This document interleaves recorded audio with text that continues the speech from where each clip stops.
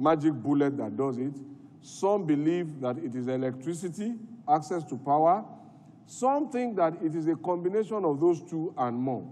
My argument is that if we pause and ask ourselves, seriously, this is where the mass is, and we can impact change there. I imagine that if we got 10% of those 40 million businesses, just 10% of them, to employ one person each, that means that we will have 4 million jobs, sustainable jobs. So I think that the road to that discovery is that we must be deliberate to search for the answer by way of very clear diagnosis, not guesswork. Looking at that critical mass and say, what can we really do? And I think surveys, data, a lot of consultation will help us to say, this is the road to prosperity. And if we implement this, can each of those small businesses guarantee that they will employ one person each in a sustainable job? And if we can produce that, then we will be able to start sharing with the world what we have done in a most dramatic and emphatic way to lift people out of poverty. But I then go to the point that our global realities show examples of subsidies from country to country. And you can check this out on your search engines. And they are deployed to influence either production, to influence consumption, to influence industrialization, or generally to impact economic outcomes. To the extent also that countries and governments use fiscal tools such as tariffs and levies to impact local and international trade, you will see that the idea of a market economy is an illusory one, whether it is local or international. On the international stage, they don't leave market growth, trade surpluses, they don't leave them to market forces. They, in a way, spice them by action. So, I now go to where the convergence lies. And I'm happy that it is my predecessors on this podium who have referred to the Singaporean model. So while I was preparing my notes on this thing, I had a brain trust of some of my colleagues, and I said to them, look, listen, where is the sweet spot in this? Where lies the ability for markets to work, government to work, and also allows the economy to thrive as best as possible? And one of them said to me, don't you remember Singapore? Don't you remember your meeting with Lee Kuan Yew? You know the answer to what you are looking for. You met him in 2000. I said, yes, that's true. Because he was then telling me the story of his visit to Nigeria, asking me about Balogun market and all of that. And I said, how did you know? He said, I came to your country where we were thrown out of Malaysia. He came here to look for help. Some of the housing models they started with were adaptations of what LEDB, which later became LSDPC, used to be. But that's a story for another day. But why is that relevant? The model in Singapore was a model of tough love. Let me say that again, tough love. And there is no better example of tough love that I find than a mother's love. You know why? If we were allowed to choose what we will eat every morning at home, okay, children, what are you going to eat? You know that we won't eat. Even if it was limited to just yam, some people want it fried, some people want it boiled, some people want it mashed. You know a mother's tough love? She just talks to her husband. She knows what his allergies are. She knows what he will not eat and what he will, and say, breakfast is served, children, come and eat. So there's no debate. There's no too much consultation with the eyes have it, apologies to Dogara. And there's not too much issues. And so I think there lies what I think is a convergence. And the road to that convergence is that today, my interactions with some of the officials long after that first meeting showed me that in their country today, once price rises, within 90 days, they index it, whether it goes up or down. So once global oil prices goes up or energy prices, they just index it within 90 days. Everybody carries on because there's sufficient knowledge, there's sufficient education, there has been enough time to integrate into the practice of democracy and the realities of market economy. Now, that is the kind of knowledge that I would like to see in this country, to understand that, look, why are we hiding behind a finger? Is there anybody here who has not adjusted cost of living prices at his home? I'm sure Mrs. Oyemade agrees that Mr. Oyemade has increased the housekeeping allowance because some things have moved. So how are we expecting that it will be different in the real world out there? So I close with two examples about this. So recently, government, through the regulator, NERC, announced an increase in our electricity tariffs. Not so? So, but what did we get? Apart from many voices of dissent, there was one from Parliament, our Parliament. Motions and resolutions for the suspension of the tariff. Really? But we seem to have forgotten that that tariff came into life as a result of the law that Parliament itself made. So that cannot be the answer. And I think that in future, the answer should be to get involved in that process very early. Because if things have changed in real life, the conversation we should then be having is that, look, what is the quantum of change? Not that it should not change. I think that's the conversation we should be having. Because if we can't produce that power for ourselves, if we went to buy all the components, the gas, the transmission line, how then can we expect somebody else to do it at a lower price? The second example, and I will close. Recently, we had an amendment to an existing Cybersecurity Act, and it led to the imposition of a levy of 0.5%. Excuse me. So that is a law that imposes a tax. Not so? Now, that's the principle of representation, age-old principle, taxation and representation. But what did we get? A trade union came out and said that there will be a murder of all strikes because a tax had been imposed. And they were going to shut down the country. Is that the answer, really? And I'm saying this so that we understand how democracy works. But thankfully, I was watching Seun Okinbaloye's program on Politics Today, and he very sensibly asked one of the intending protesters that, is it the Nigerian government, qua the executive, that has offended you, or your legislator? Why don't you go and call your legislator back to say you don't want this levy, and they should get back to repeal it? And I think somewhat he saved the day. Again, these are some of our extreme and default positions to government or legislative or regulatory action that we don't understand how the process plays. So sometimes, like playing a sport without knowing the rules, you are likely to commit fouls.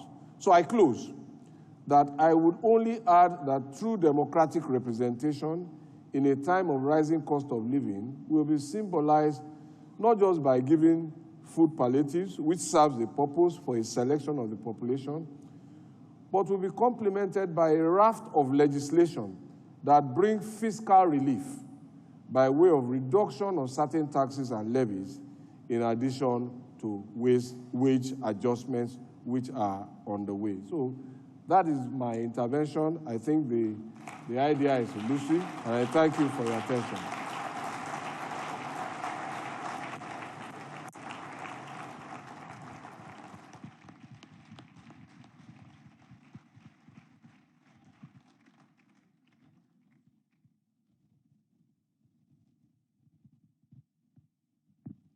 Thank you, Your Excellency, for that powerful intervention.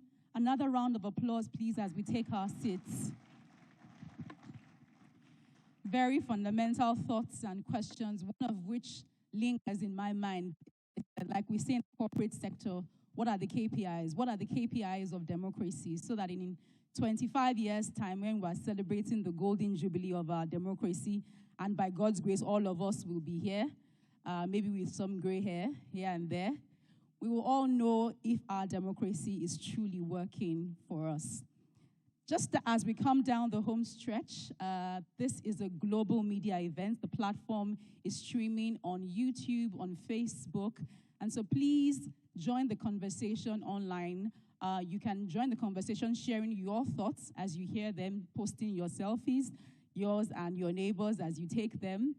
Post them online using the hashtag the platform NG and the platform 36. So for those of us who do not know, this is the 36th edition of the platform. So the hashtags are the platform NG and the platform 36.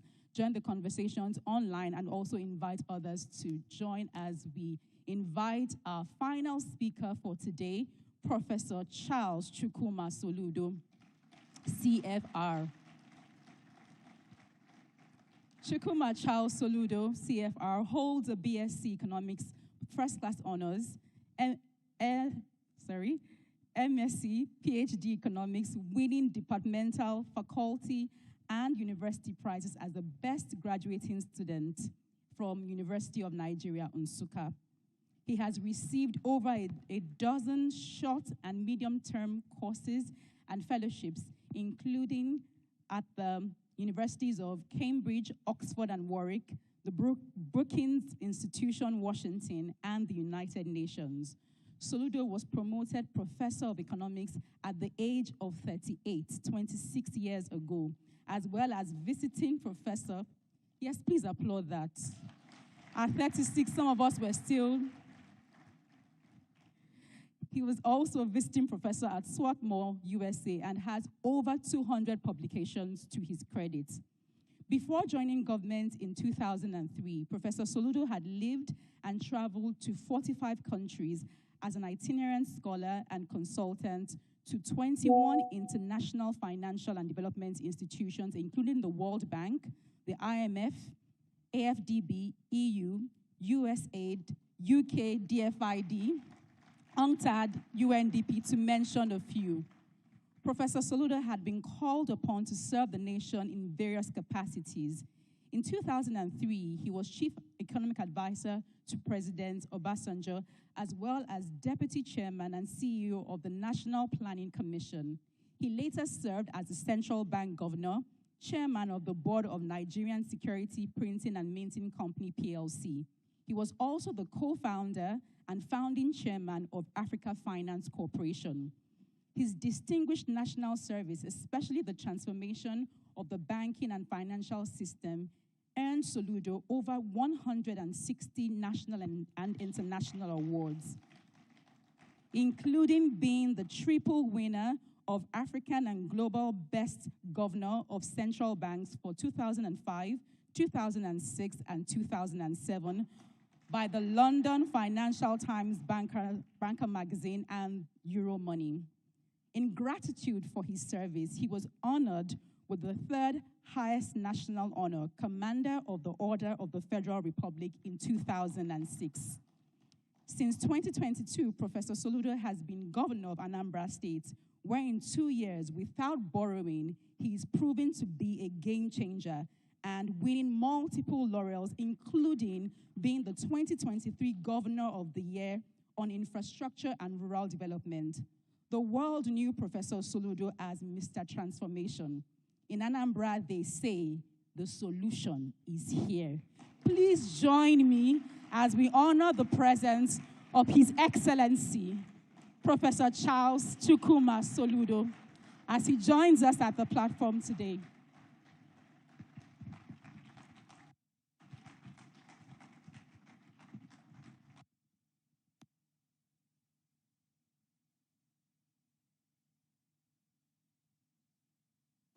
Thank you very much. Please be seated. Your Excellencies, the Speaker, former Governor, my Lord Bishop, if I err here, I will confess afterwards. It's really a great pleasure to be here, distinguished ladies and gentlemen. I think after listening to the erudite scholars and statesmen a few minutes ago, in the last 2 hours or so, I don't really know what else to say or why I am here. I am supposed to be the one in government. As I looked around, I'm looking forward to finishing here and going back to my senior brother in this business, Governor Fashola, from whom I've been taking some useful notes. I will come back for my tutorials. I thought I was just coming here to just take notes and go away. But here I am, and as I was scribbling, just like Dogara, the notes yesterday, I told the pastor that last night when I came in, I was still busy even till a few minutes before coming here. They got to print it out for me, that I was still scribbling, and that I was going to stick to the script. So I don't see any headlines, Soludo said. So I will be able, even though it's still a zero draft, I can circulate it that way, at least quote what I have said. So I want to join all of you in saying Happy Democracy Day. Whatever, however it is and whatever, we'll still say in all things give thanks to God. So, and I commend Pastor Boju Yamade and the convener of this platform. You're really doing a very immense historic civic duty to Nigeria by having this platform. I'm happy to be here again after 5 years, and I would, in my remarks, which is written because I have limited time, I will just skip quite a few of areas because a lot of them have been covered. But just as I listen to all of this, and as we have the theme for this, 25 years uninterrupted democracy, 64 years of independence in October. In 2005, I delivered the Democracy Day lecture organized by the federal government of Nigeria. And the title then was The Political Economy of Sustainable Democracy in Nigeria. And today, 20 years on, I am here on another Democracy Day lecture to discuss democracy and free markets. And as I perused through that lecture, I came with it at the aircraft as I was coming in yesterday. I was perusing through that lecture I gave 20 years ago. I was really saddened by the fact that the key theses and recommendations of that lecture are even more relevant and urgent today. Over those past 20 years, in my view, we have made so much efforts, but still largely going in circles as a nation. In the brief remarks that I will make, I will argue that, yes, I've had all the arguments about democracy, free markets, whether there is, it's a spectrum. It's all work in progress everywhere in the world. But I will argue that democracy and free market, we need them as two sides of a vehicle for maximizing liberty, freedom, security, prosperity, and happiness of citizens. Neither democracy nor free market will endure if they don't deliver these objectives. So we will argue further that our democracy faces an existential threat of a potentially unsustainable economy. And we, all Nigerians, must brace up to save and sustain it. But before I even go much further, I need to put a little disclaimer. You know, I have to remind myself that I am here as a serving state governor. and therefore part of the governing elite. We are the ones who are, especially at a time when governors have become the easy scapegoats for everything wrong in Nigeria. I will then, by association, also take responsibility.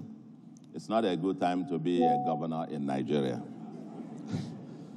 I know that many of us actually who love this country to death, working day, having sleepless nights, trying to fix it within the perimeters of the boundaries permissible by the structure and the system and resources available to us.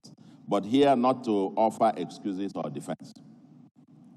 Besides, I'm not here also to offer a treatise on what we must do to get Nigeria going. I think after listening to all the presentations, we'll just carry all of them and then send it there. I have access to them there. And you know, sometimes I have to remind them myself that I am part of them, that they have to tell. You know, say, okay, let's go and tell them. And they have to tell you again, but you are part of them. So being part of them, I have to be measured in what I can say publicly in terms of advice. You don't advise, I won't advise on the podium. I don't have that liberty anymore because I have access to share my thoughts in-house. So, and I'm calling on, doing my citizen duty to call on all of us as citizens to rise up to the occasion because the challenges we face are obviously too big to be left to politicians alone. And I think that was your point about participation. We all have the responsibility. I have a section here that deals with the relationship between democracy and free economy and all of that. I won't waste your time on all of those and so on. But just to make the point that at the end of the day, they're all spectrum, whether democracy, free markets, there's none. There's no place in the world where you have any of the extremes, the textbook extremes. We are somewhere in the spectrum. But I want to share with you a thought about the correlation between democracy, the sustainability of democracy,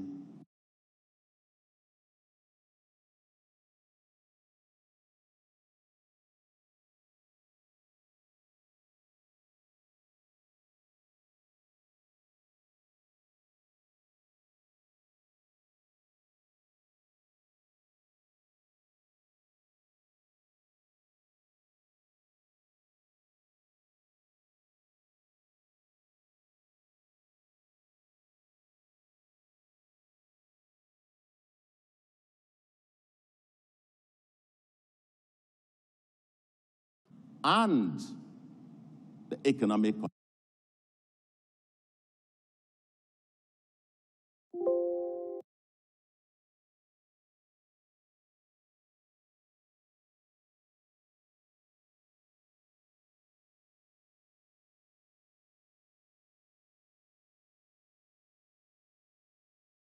conditions of a society.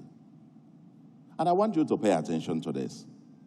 I am quoting a 1996 study published in the Journal of Democracy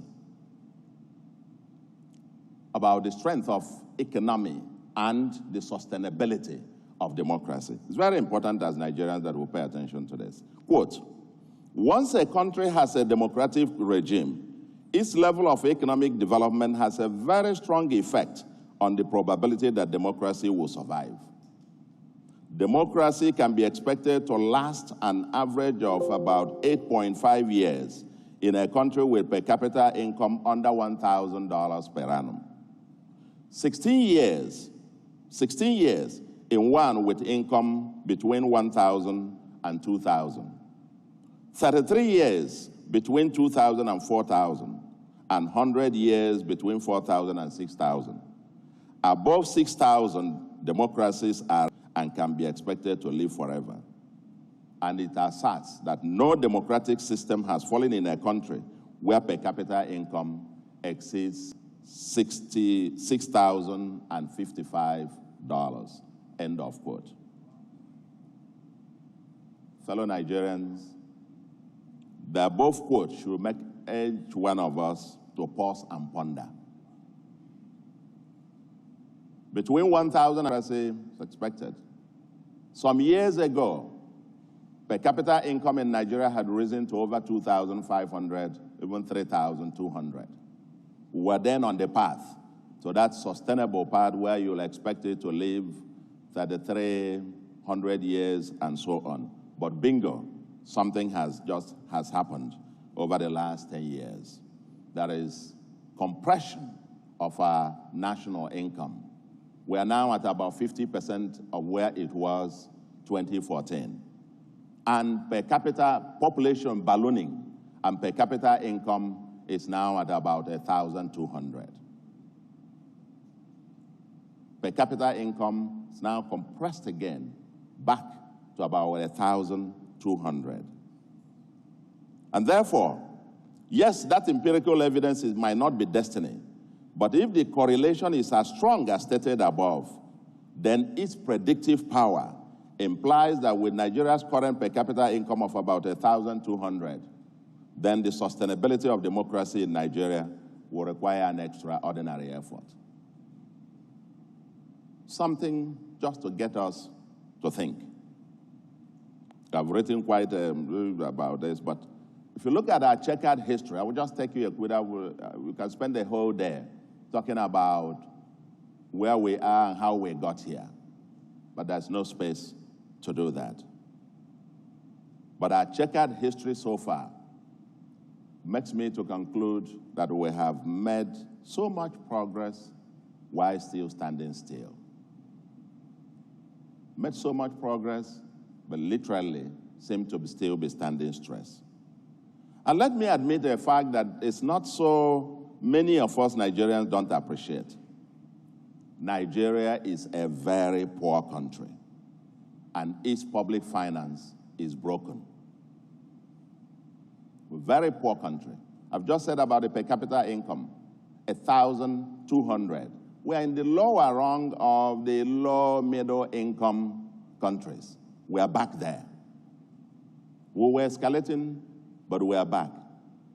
But I will say a few things. Space and time won't allow us to provide all the details.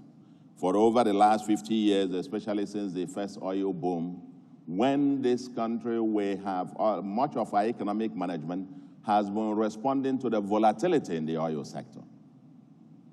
If at any point we can artificially keep the exchange rate, as low as we want, we can fix it to 1 naira to $1 artificially today, and bingo, you'll be the richest economy in the world in dollar terms. But does that make any sense? I like your treatise, Mr. Speaker, as I was telling you a moment ago. Very interesting. I wish we could have time to discuss that, but I just whispered to him that part of what happened when I was governor of Central Bank, I'm the governor and one who served as governor of Central Bank when exchange rate moved down from about 138 until 112 to the dollar. And we built foreign reserve from 10 billion to all-time 63 billion. And with the stable and so on and so forth. But one thing we didn't do, we didn't print trillions of naira and poured it in there. Indeed, there was a particular incident when the federal government wanted to borrow, take ways and means from central bank. And the law allows the governor to fix the interest rate. And I charged them a penal rate and took our own interest up front. Because the law requires us to give them if they needed it, but it must not exceed 5% of the previous year's actual revenue of the federal government. And they must pay it back by the 31st of December. Otherwise, central bank is forbidden by law from extending further ways and means to the federal government. That's the law. It's still the law. The 2007 CBN Act. But here we were. We printed, if we obeyed that law, there should have been no time when ways and means advances to the federal government should have exceeded more than 300 billion. But we kept printing. We printed the first 1 trillion. The federal government didn't pay. We printed the second. 5, 10, 20, 22. Printed money backed by nothing and put into the system, and we expect the exchange rate to remain the same when you are exporting nothing. We expect inflation to remain the same when you are having nothing. We expect this. Gentlemen, you can't pour a drum of water on a rug and expect it to remain dry. We must get down. I mean, but I don't have time to get onto all of this. But all I have said,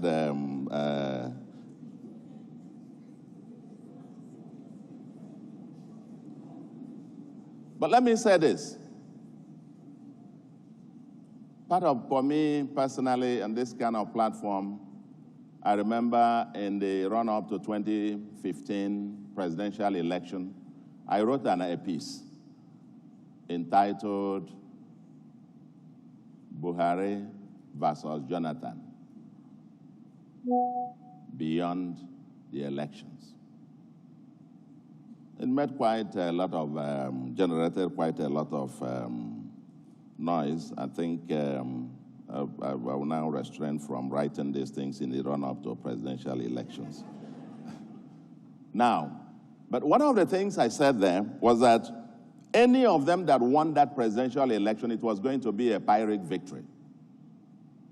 Because I warned that the public finance was broken and that the economy was latently and structurally in avoidable crisis.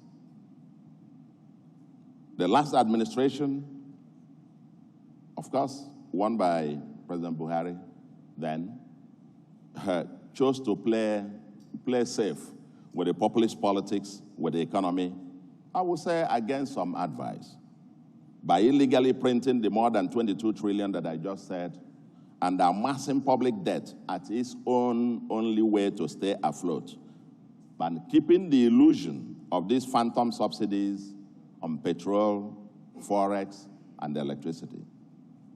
Now the chicken has come home to roost, and Nigeria is paying the very high cost of delayed adjustment with escalating inflation, unsustainable debt service payments, depreciating exchange rate, rising interest rates and poverty and unemployment, a largely insolvent public finance, and compressed GDP in dollar terms. As your prices rise and the exchange rate adjusts, you're exporting nothing. Whereas you have foreign exchange.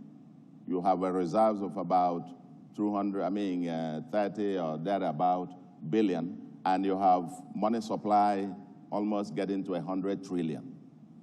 You do the maths. Our population is growing, while insecurity threatens food security. Today, the once largest economy in Africa is now the fourth, with the dollar GDP lower than in 2010, or less than 50% where we were in 2014. While per capita income is now about 1,200, down from some over 2,500 some years ago. And all I want to say is that we have had a roller coaster of a journey. And let me repeat this point. The size of government, and that is its revenue and expenditure, is too minuscule to move the needle. And the so-called increased revenue due to subsidy removal is nothing but money illusion. It's money illusion. And I think that point was made by Bishop when he said we got to realize that government just can't do it. And I just want to send this message that the government is too small. Just too small. And I want to share some numbers with us, because when I have some conversations, unfortunately, there are things I can now get out. I have to be reminded again, you are a state governor, so sit down. I can't get out now. So I actually resist engaging in these public debates or discussions about public policy. All the invitations by the televisions and so on, join this show or join the other show, I remind them that, no, I am part of them, so you people tell us. Consider the 2024 budget of the federal government. Just use it as an example. 28.7 trillion with projected revenue of about 18.3 trillion. And borrowing That will be about 10.4 trillion. This is just about, if you take the exchange rate, approximately 1,500, of about just 20 billion US dollars, or 7% of our GDP. Check out global averages, or other countries around, even in Africa, their budgets as percentage of GDP of that country. 7%, one of the lowest in the world. For a country of about 230 million people, or our budget of about $83 per person per year. Approximately $6.9 per Nigerian per month. Compared to Kenya's 2024 budget of about 31 billion, ours is about 20 for 230 million people. Kenya's is about 31 billion for 54 million people. Kenya, I'm not talking about US, so don't give all this, Kenya, or about $574 per person. Even this 28.7 trillion is largely unrealistic, as it will take a miracle to realize the projected 18.3 trillion if current trends persist. If current trends, my estimate is that they'll probably, at best, get 17 trillion. And from where will it borrow for 10.4 trillion with the current state of the money and capital markets?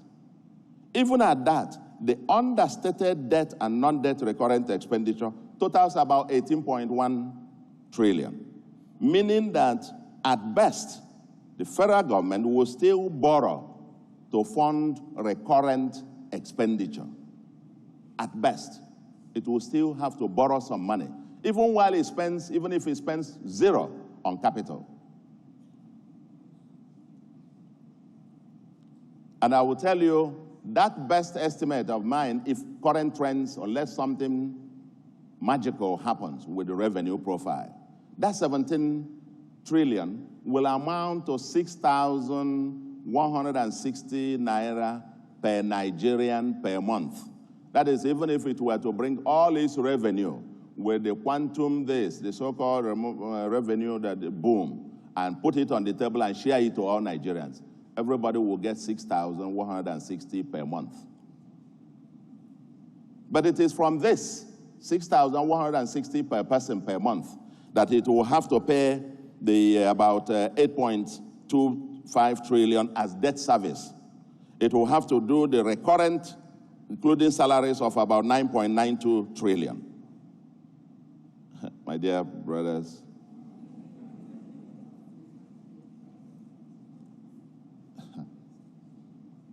even the entire capital, if they were to have it, a miracle were to, because every penny of capital to be spent will have to be borrowed. And the government has been doing this since 2010. Since 2010, the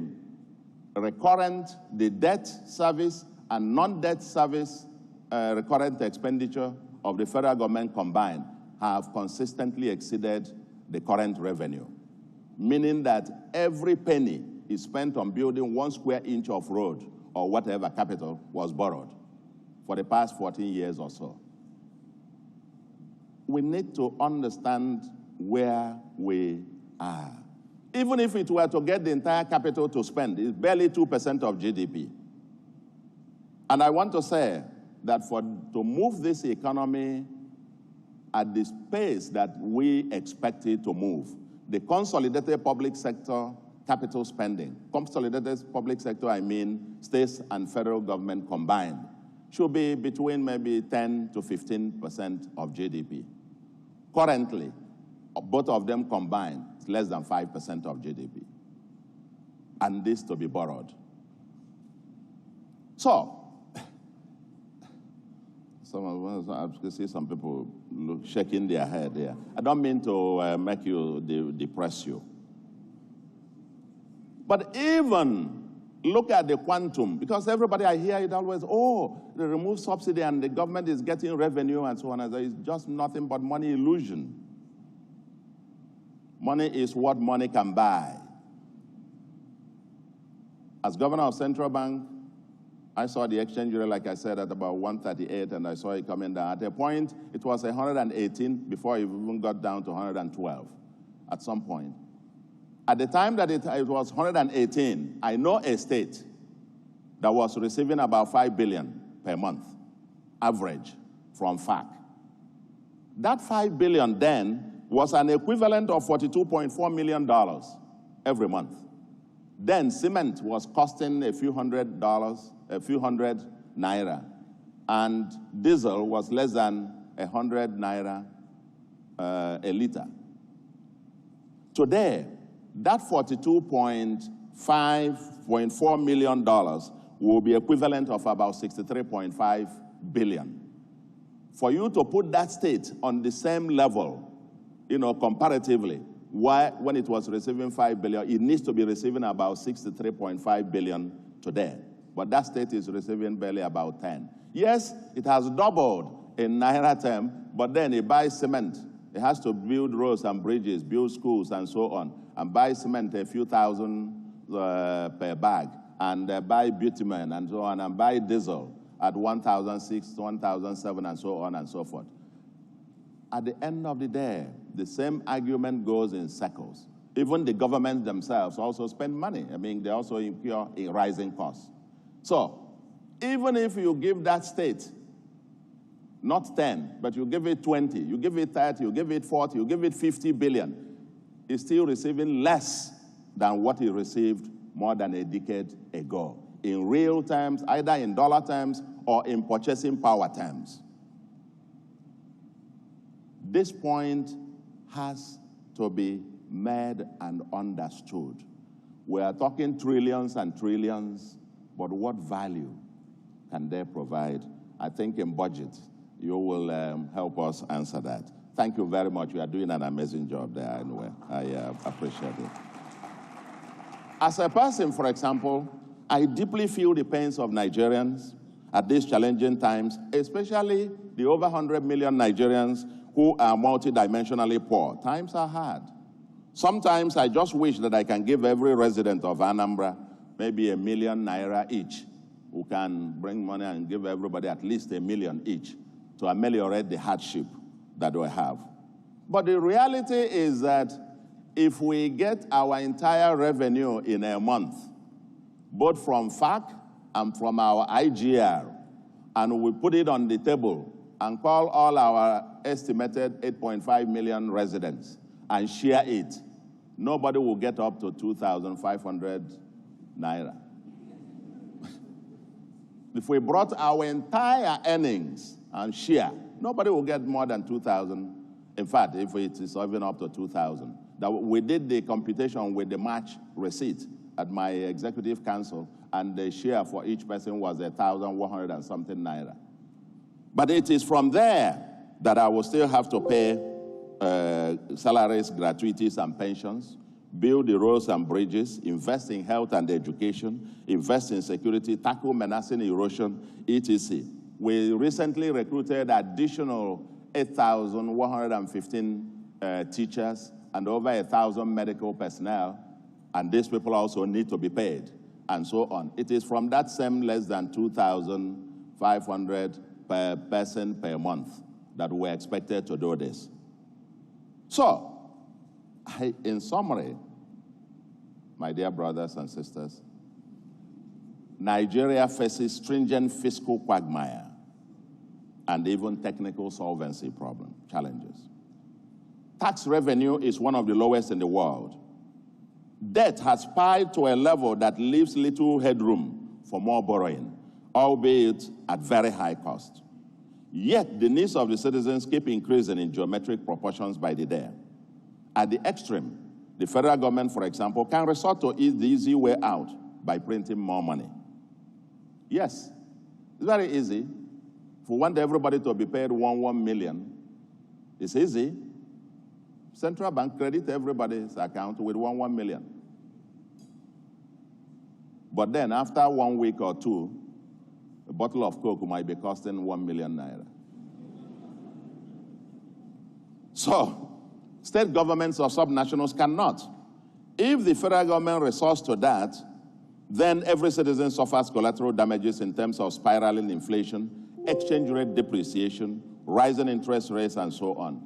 And I want to suggest, my fellow citizens, that whether and how we finally confront and address this decade-long fiscal and structural crisis will be critical for the road ahead. Because we're in a bind, but we must get out of it. And let me make this point. I mean, I'll just share, like I said, I wouldn't going to be doing a treatise on the way forward, how we're going to diversify the economy or deal with the exchange rate or deal with this.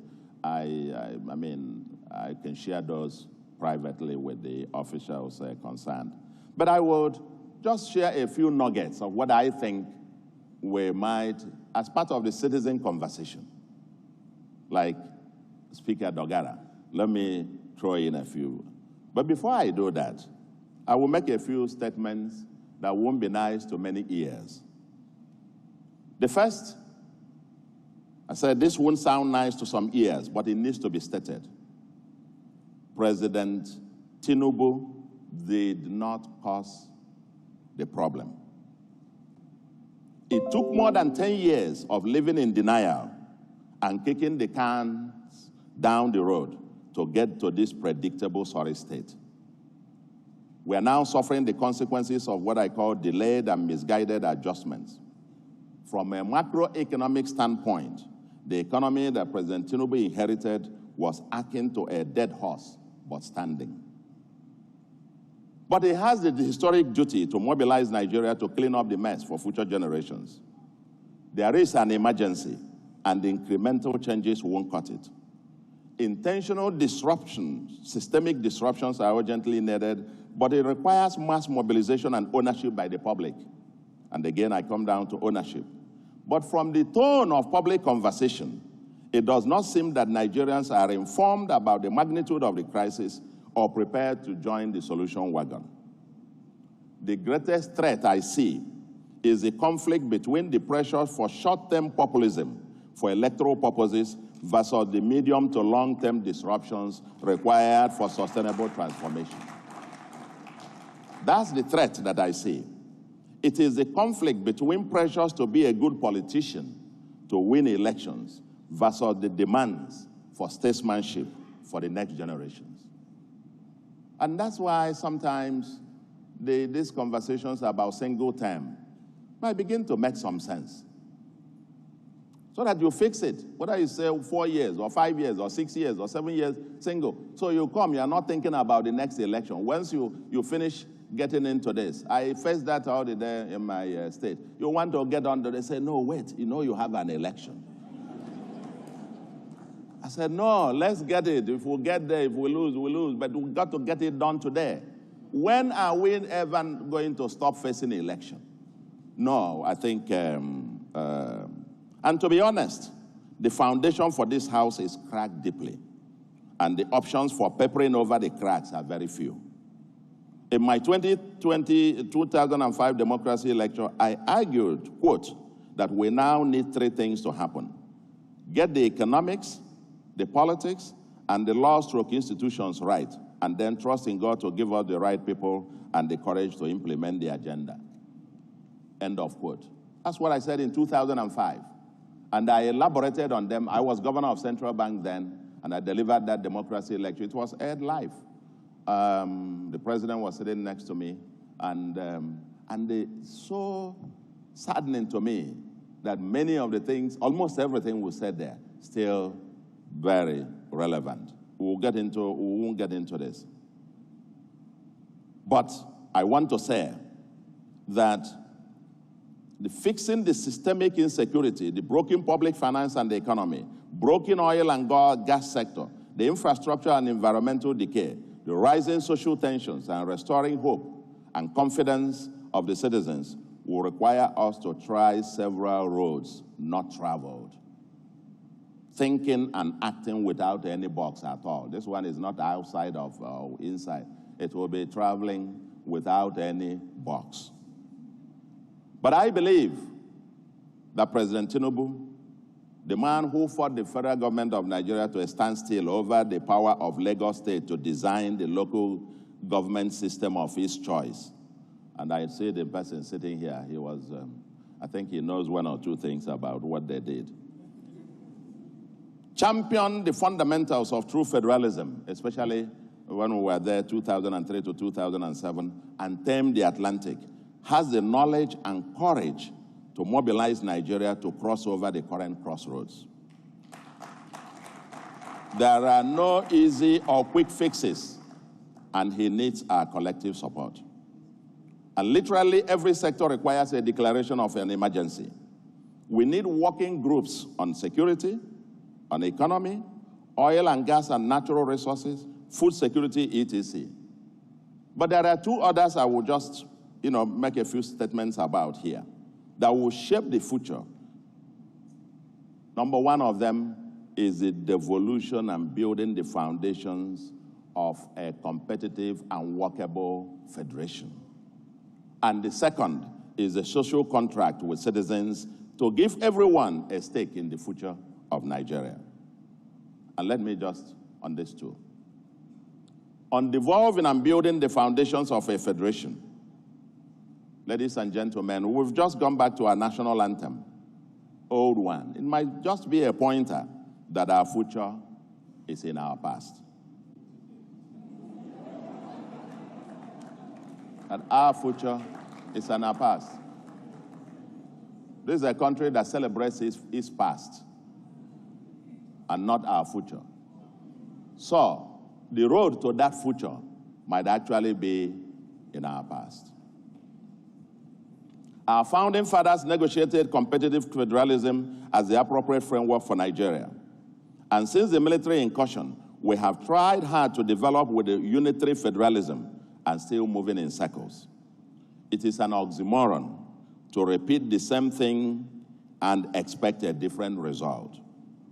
At my last appearance at this platform, I argued that Nigeria, quote, can't build a 100-story building on the foundation of a rickety bungalow, end of quote. For years now, discussions around restructuring, devolution through federalism have refused to go away. Almost all the socio-political groups, Afenifera, Ohaneze Ndi Igbo, Pandev, Middle Belt Forum, agree that there is no sustainable future without addressing the issue of Nigeria's structure.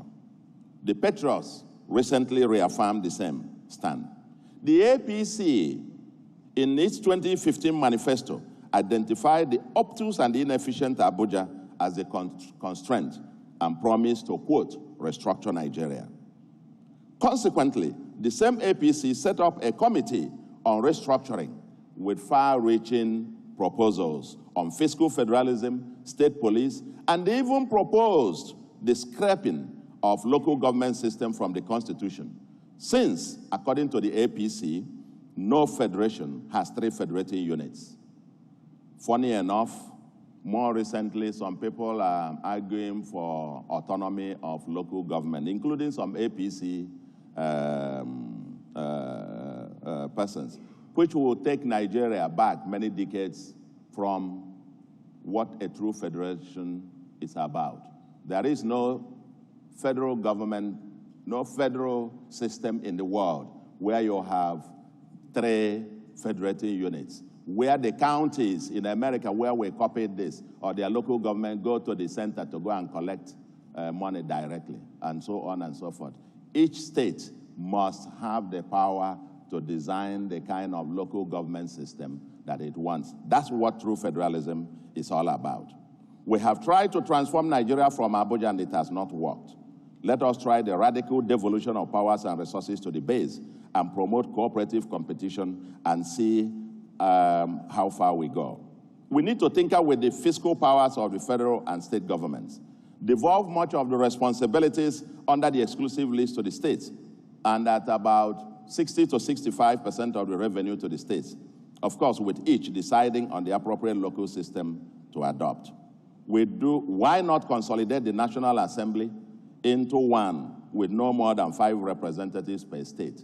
We don't need, in my view, we don't need a National Assembly costing over 300 billion a year now for this year thing to maintain. We don't need it.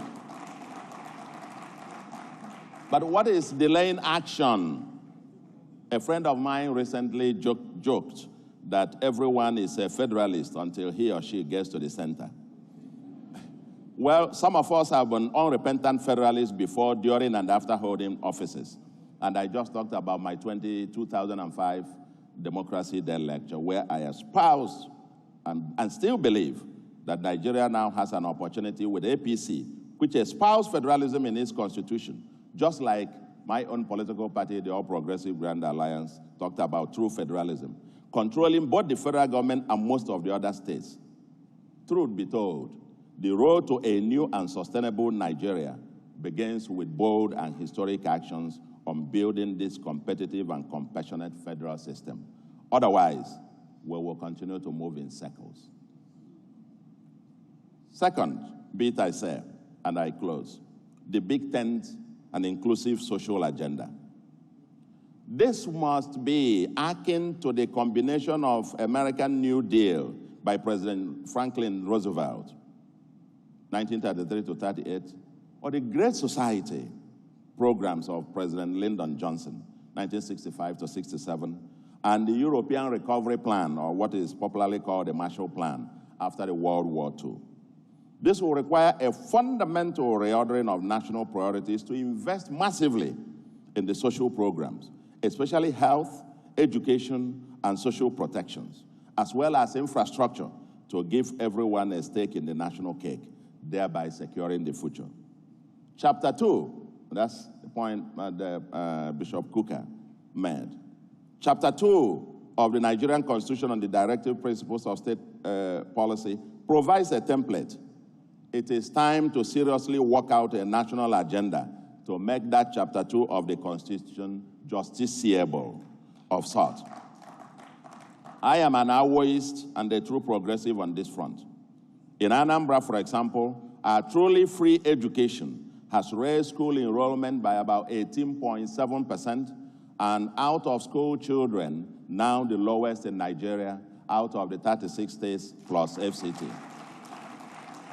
Our free antenatal and free delivery services, including free CS operations for pregnant women in all government health facilities, has seen more than 60,000 beneficiaries with near zero mortality. So, if there was one thing that the military regime spent the oil boom money in the early 70s and 80s well, it was investment in qualitative education, and many of us were beneficiaries. For that roadside pepper seller or hawker, even if we can't do anything to improve her condition, we must ensure that her children don't end up like her. We must have that social agenda. That's what my party espouses. We'll build all the bridges, we'll build all the roads, we'll build the infrastructure. They say we're building the quality that our state hasn't seen before, and even completing more than 10 kilometers every month. Yes, we can have all of those and build all of those. But if we don't invest in the human beings, that's the bridge to the future. And this democracy will not survive unless we have sufficient people with sufficient stake in its survival. So, for me, that's how we build the big tent for everyone and a truly inclusive society. It is the greatest way to break the dynasties of poverty and inequality and groom future stakeholders in the Nigerian project. Without this, soon the rich won't be able to sleep or walk the streets because the poor and the excluded are hungry and angry. The resources we generate from the emergency turnaround in oil and gas sector, as well as more tax revenues, must be reinvested in the people and the infrastructure as the road to the future. And then I think about the social reengineering. Fellow Nigerians, I think part of the challenge we have, and I will say this, is that as leaders, I don't think we're talking straight with Nigerians. I think like a family with broken finance, the father shouldn't continue to pretend I'm the big guy and all of that, and bring it clean. Father, mother, bring these children, they are now adults. Instead of one going back to school and writing you, they need 300,000. The other one writing you, you need 400,000. Yes, all their needs are justified. But your combined salary is maybe 200,000. Call them to a meeting, put it on the table. Let's have a conversation. We have not been able, I think we need to come clean to Nigerians, but we need a bigger agenda. And that is a lifestyle embodied and exhibited by those of us in public authorities must also reflect the conditions of the time. And that is why I propose reinventing MAMSA and the new code of conduct for public officers. Let's come clean and straight with Nigerians. Nigeria is very poor and broke. But the lifestyle of governments and government officials don't show it, especially with the obscene flamboyance in public display. A time of socio-economic strife is not a good time to be in public office. The poor are hungry and impatient, and let's not annoy them more with our insensitivity. For the federal government, the actual projected revenue comes to about 6,160 per Nigerian per month. For the states, except Lagos, for Lagos and a few states, most states have revenues amounting to less than 3,000 naira per resident per month. It is from these paltry shares per citizen that we're expected to provide all the infrastructure, debt service, pay salaries and pensions, build schools, provide everything and so on. Thus, for each of our wasteful spending, let's be conscious about the fact how many citizens' share we are squandering. Once we lose this consciousness about the public trust we bear, the society dies irredeemably. We are not expecting our public officials to be sent or are there sent anywhere in the world.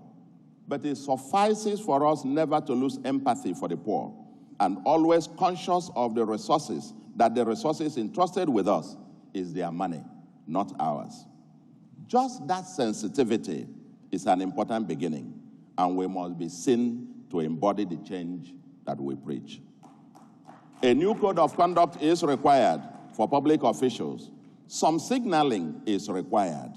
And perhaps government officials should maybe, and there are many ways we can signal this, maybe we should mandatorily go back to the equivalent of, secure the equivalent of the Peugeot 504 of the Murtala Mohammed days. Yes, in this case, I agree with my, one of Reverend Father Mbaka.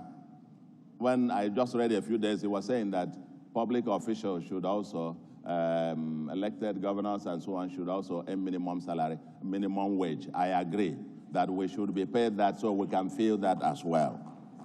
In Anambra, I have not received a cover salary since I assumed office. I've donated my salary to the state. Just is symbolic. It's not much. The salary of the governor is 673,000.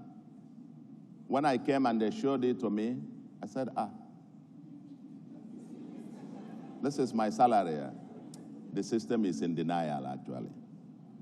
That's my salary. I said, yes. But the tax I paid to the state the previous year, if you annualize what I'm to be paid as governor, what I paid to the state as tax the previous year was more than twice the amount they're now going to pay me as salary. I said, now keep your money. We can do without it. I think generally the system is in denial. But there must be some signaling. It's just the symbolism of this. We need to reinvent something akin to the mass mobilization for self-reliance, social justice, and economic recovery, MAMSA, of the Babangida days, and the new code of conduct for public officials. Both government officials and other citizens need to be constantly reminded of our respective sacred citizen civic duties and obligations, as well as the accountability requirements. We need to break the transactional bargain between politicians and voters that has become a debilitating circus. We all complain about corruption, but clap and bless the same public officials when they make public display of the process of corruption. Why the one who does not do so is considered, quote, wicked, or not generous, or even useless. In some sense, the citizens expect and even demand of public officials to be corrupt. And those who behave otherwise are considered either insane or stupid. Let's have this frank national conversation, because we all seem to be culpable. But we must break this cycle to make sustainable progress. We must rebuild a sense of nationalism and patriotism and reinvent the old slogan of black and proud. Let's mainstream pride in everything Nigerian. Let's drive only made in Nigeria vehicles and wear only made in Nigeria fabrics. Eat only made in Nigeria food and drink only made in Nigeria drinks. That's what we do in Anambra State. So when you see me wearing this Akwete fabric, handmade by the women of Akwete of Abia State, or wearing the eagle on my cap here, that is a Nigerian coat of arms, the eagle on Nigerian coat of arms, or driving a nursing vehicle as my official car, and so on and so forth, I am proudly advertising that, quote, I am Nigerian and proud. If all of us wear only Nigerian fabrics, if all of us wear only Nigerian fabrics, I can bet you the textile industry in Nigeria will create more than 10 million new jobs. Let's start from there. I'm sending the message that all of us have something to contribute to fix this country. So, we must intentionally build a sense of nation, not just a slogan, but an attitude. In Anambra, when we assumed office, we stopped this excellency business. So don't excellency me. You know, call me Mr. Governor. I leave all this, because sometimes we take this title to become achievement. You know, the Nigeria is the only place where somebody puts a poster. He wants to contest for Senate. They start at distinguished. He's already distinguished. He hasn't even gotten there. Yeah. And somebody print a complimentary card and give you, and they write, Your Excellency, the former gubernatorial aspirant of... so in Anambra, we say, leave this excellency. I'm Mr. Governor, and I have Mr. Commissioners. No honorable, no excellency, no this, and so on and so on. I think part of it is in the conversation. These things might be symbolic, may not be much, but symbolisms can become very important in shaping narratives. So, all I say is that in Anambra, yes, we recruited about 18,000 teachers. On merit, we must mainstream merit-based recruitment in our public sector in Nigeria. Yes, Bishop Kuka mentioned about building the public service. But you can't build that if we're doing this, you know, a little, you know, balancing, and then we don't recruit the best. In Anambra recently, we recruited 8,115 teachers and little over 1,000 medical professionals, strictly on merit. And our teachers crisscross about 18 states of Nigeria. Our teachers are drawn from 18 states of Nigeria. It's not about where you come from. What is the interest of the Anambra child? The interest of the Anambra child is to be taught by the best teacher in the world, not by the mediocre teacher from his village. That's what we must begin to program as a people, so to speak. And we appointed permanent secretaries, and we have people from both Abia, Osun, and so on in our civil service, because they are the best that we could find, so to speak. So we must drastically reduce the cost of governance. In Anambra, for example, doing more with less is our slogan. Extreme prudence is the reason we are delivering historic results on infrastructure and all other sectors and still refuse to borrow a kobo in over 2 years. The State Assembly approved for us to borrow 100 billion 2 years ago. And as we speak, we're still insisting that if we are going to borrow in the future, we will only borrow for projects that will have capacity to pay back. We have spent the first 2 years, restructuring our public finance on a path of sustainability, and I think budgeted. I saw your last thing on sustainability of the states, and Anambra happened to be in the top 5 today. Thank you very much, so to speak. So, our budget is restructured to about now 23% on recurrent, while 77% for capital. We have cost of governance to bare bones. For example, it used to cost about 137 million a month just to clean offices and so on and so forth. We've cut it down to 11 million a month. That's what it is. We have no office of first lady, and there is no appropriation for that. My wife drives my personal vehicles that I came into office with. And we don't do this to impress anyone, but out of personal conviction and knowledge that Anambra cannot afford the West.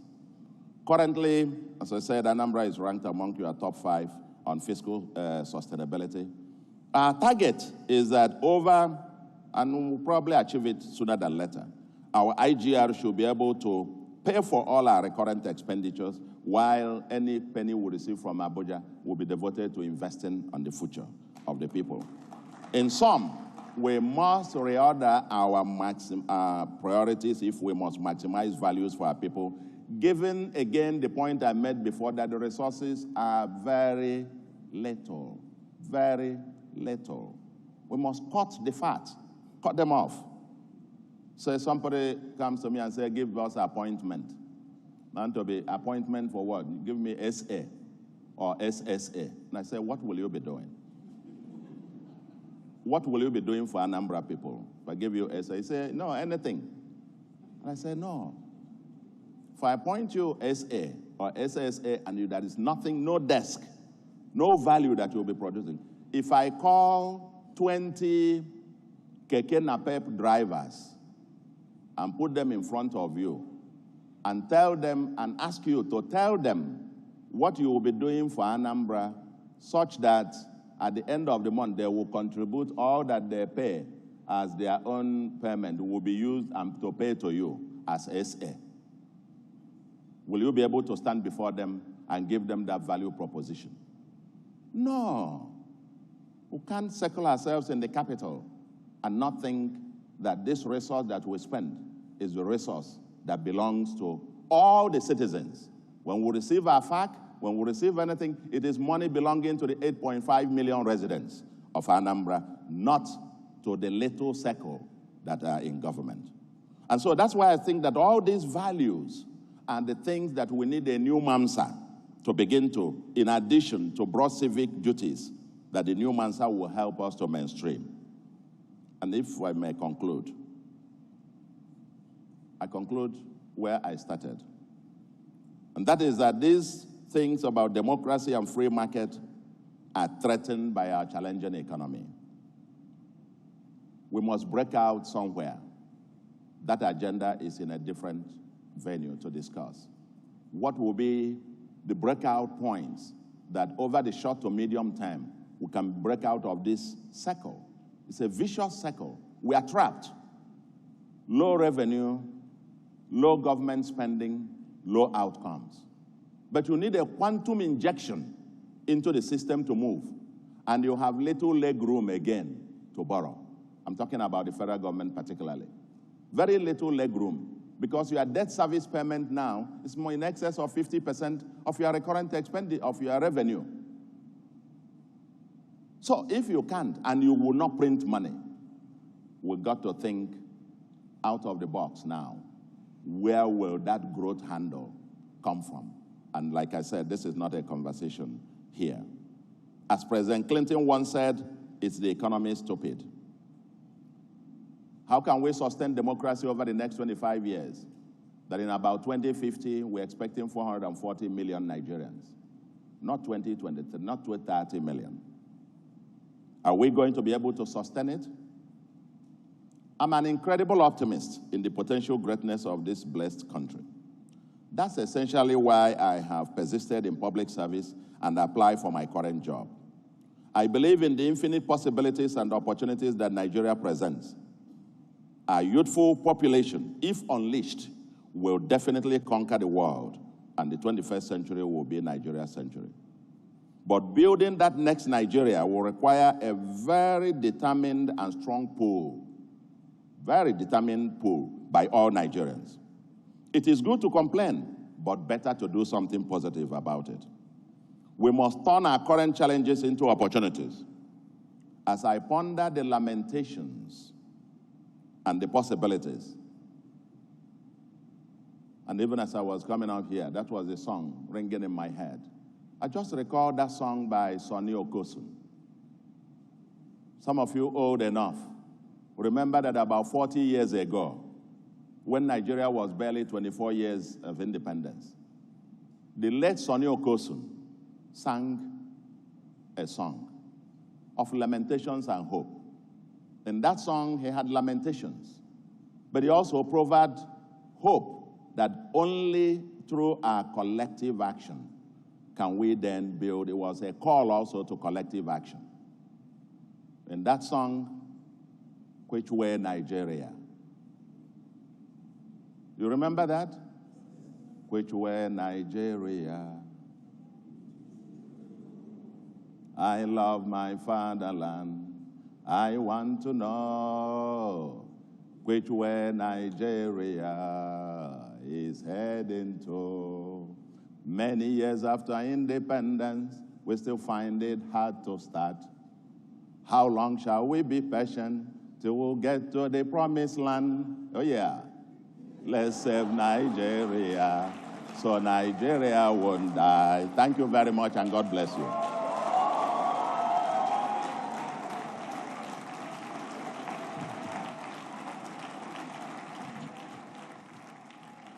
Thank you. Thank you. Thank you, my brother. Thank you. Thank you. Thank you.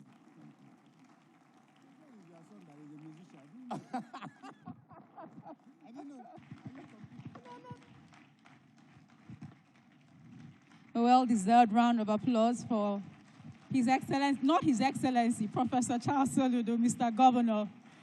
Please, you may take your seats. And on this very special edition of the platform, we have this special feature, which is a panel discussion featuring our distinguished speakers. And to moderate the panel, let me invite Mr. Gbolahan Joshua, who is going to be taking the panel discussion. But before then, let me just do a few reminders. I've been quite deliberate about not recapping all of the sessions because all of them are available on YouTube. So just search for the platform Nigeria. All of the sessions you've heard today are available for you to download, catch up on all the conversations, very interesting comments online as well. And you too can be part of the conversations by posting online using the hashtags the platform NG and the platform 36. It's very important. Remember, Bishop Cooker's books are also available in the foyer out there on your way out. But please just hold on as we get prepared for the panel discussion that's going to be moderated by Mr. Gbolahan Joshua. So without further ado, let me just